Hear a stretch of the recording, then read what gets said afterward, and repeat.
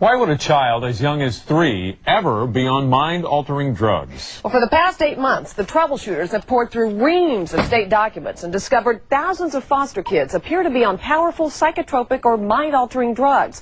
Many of these children are barely in kindergarten. Some are even toddlers. We didn't even know he was in the hospital until he called us from the Laurel Ridge himself. 6 years old and confined to a psychiatric hospital for a temper tantrum, a little boy calls his grandmother for help. I mean, he was like, maybe you could say he looked like, more like a zombie. How could you tell by looking at him that he was on medication? His attitude, his eyes, his way of speech, all that. Magdalena says a nurse confirmed her fears. Her grandchild was on 2 different psychotropic or mind-altering drugs, plus Benadryl to help him sleep. Turns out Magdalena's grandchild isn't alone. A sampling of state records released by the Comptroller's Office shows 2 out of 3 foster kids in Texas appear to be on psychotropic meds. The Medicaid prescription records are from November of last year and show that many kids are taking 2 or more of these drugs. I have a child that's 6 years old. At the risk of losing her job, a Child Protective Services worker spoke to the troubleshooters about one child on 17 different medications. That's right, 17. He was prescribed, I think he had like 3 to 4 psychotropic medications. In addition to the Depakote, in addition to Zoloft, in addition to Trazodone to help him sleep. Some of these drugs, the FDA says, are not even safe for kids. He did need medication, but I had concerns about how could this child require 17 different medications. What's even more alarming, child advocates say, are the ages of the kids. The troubleshooters obtained a never-before-released study that tracks the ages of these foster kids on these drugs for a 1-month period of time. At least 300 of these children are under the age of 7, preschoolers, even toddlers. How big a problem are these psychotropic meds? I think it's far larger than you or I or anybody else suspects. Jack Downey runs the children's shelter in San Antonio. This longtime advocate for children says his heart aches when he talks about the cases. We had a wonderful family of 5 boys. If they walked in here right now, you'd just love them to death. The oldest was 10, the youngest 3. We were directed by the state to take the boys to a psychiatrist. We did, and they all came back on 3 meds. And those boys no more needed meds than I did. Every child? Every child. Why would a 3-year-old need to be on psychotropic meds? I have no idea. I mean, he was just the jolliest little kid. So who's prescribing these medications? You would think psychiatrists, right? State records show one of the biggest prescribers in San Antonio is a radiologist. Sure, it's legal, but what does a radiologist know about a child's mental health? The troubleshooters also found some of these doctors have documented drug problems of their own. Like Dr. Charles Sargent, a San Antonio psychiatrist. Dr. Sargent is on probation with the state medical board. State records show he's been busted for prescribing dangerous drugs to himself, his girlfriend, and her son. Another doctor who shows up as a frequent prescriber on state records is Dr. Benny Fernandez, the medical director at Laurel Ridge. Dr. Fernandez says his practice is primarily treating foster kids, and he says psychotropics are necessary for a lot of these kids. I think the way we are moving now is try to use them as a last resort if you can.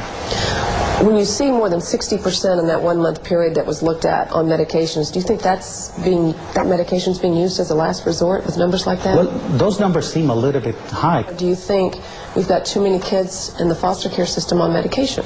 Well, I wish those numbers would go down. And that's what I think we need to focus our energy and efforts in making sure that the medications, when they are used appropriately, and there's a careful diagnostic evaluation. That's not what many of the former foster kids I spoke to say happened to them. I was on 7 different medications at once. Zoloft, Paxil, and Wellbutrin, and Depakote. They put me on all kinds of meds. And I'll say being on those medications made their lives more difficult. Like a zombie. I wasn't myself. I was more of an isolator. I stayed to myself. And my mouth would be open and I would be drooling. And while Texas is just beginning to deal with this controversy, We headed to a state that began tackling the issue several years ago. Child advocates here in Florida are working to get laws passed to protect foster kids from being over-medicated. But so far, their efforts have failed. They blame the doctors and pharmaceutical companies who've lobbied against them. We don't deal with the problems these kids have. We give them a pill. Dr. Tony Appel, a neuropsychologist or brain specialist, was one of the expert child advocates in Florida we went to for help. We showed her the records we uncovered here in Texas. Does it look like the kids are being treated for behavior control or being treated for mental illness? I don't think they're treating mental illness. Not in these kids. The psychiatrists and the people on the other side will say, well, these are sick kids. I mean, these are kids who've been sexually abused. They need medication. Being sexually abused makes you a victim. It doesn't make you sick. So what are we doing to these kids? We're taking away their future. We're taking away their ability to relate to people. Trust, love, caring, the ability to put yourself in the other person's shoes and to see how they see you. We take all that away from these children. What we've come across these last couple of days are these kids who seem to be heavily medicated. Is that common, uncommon? We're talking about kids in the foster care Yes. system? Yeah.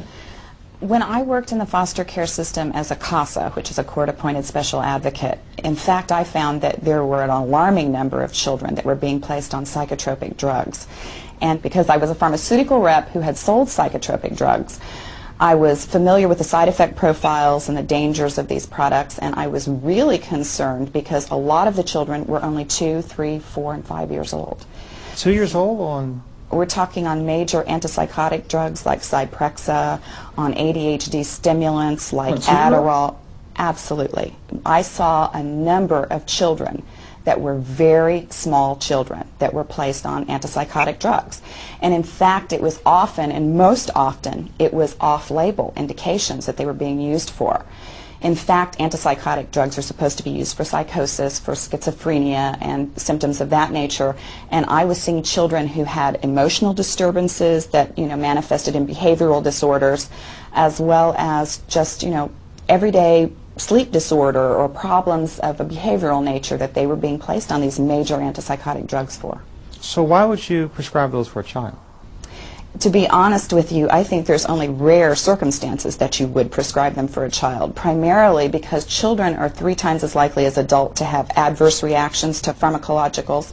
So if you're talking about a very small child who has developing kidneys and liver and brain and that sort of thing, they don't have the ability to either metabolize the drugs or to eliminate the drugs properly, and they very often become neurotoxic because they pass the blood-brain barrier. Now, the argument made that these drugs are prescribed as part of their treatment, yes? That's correct. But the problem with that is if you look at the long-term clinical data on these drugs, they have artificial behavioral improvements that diminish over time and completely are gone once you withdraw the drugs.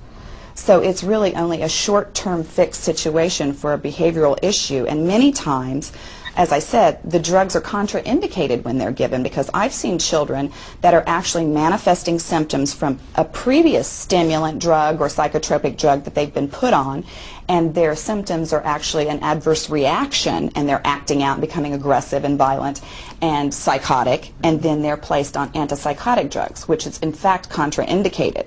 Because if a child is exhibiting those types of symptoms on the other drugs, then they're neurotoxic, and that means you withdraw the drugs. You don't add additional drugs.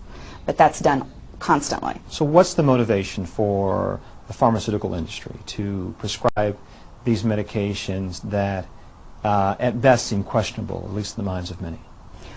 Well, obviously the motivation is money, and they're extremely profitable drugs. Oh, come on. I mean, is it that simple? We're talking about children and who are at risk. I'm sorry, but we had people that were given Vioxx and were given other drugs that the pharmaceutical industry clearly knew that there were contraindications in the way they were being used and that there were risks that weren't being disclosed. That is not an unusual phenomenon in this industry. Yo.